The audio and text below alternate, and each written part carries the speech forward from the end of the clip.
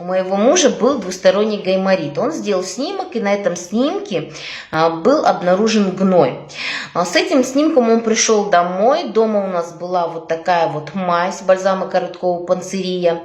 И я предложила ему использовать для лечения гайморита. Мазь предназначена для ожогов, обморожения, при кашле, ангине, гайморите, при зубной боли, боли в мышцах.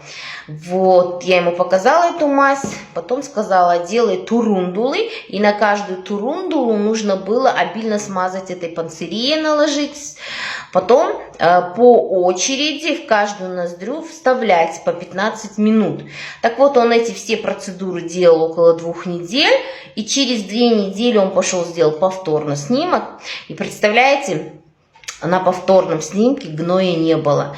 Поэтому я рекомендую использовать вот такую вот шикарную, уникальную мазь панцирия бальзама Короткова.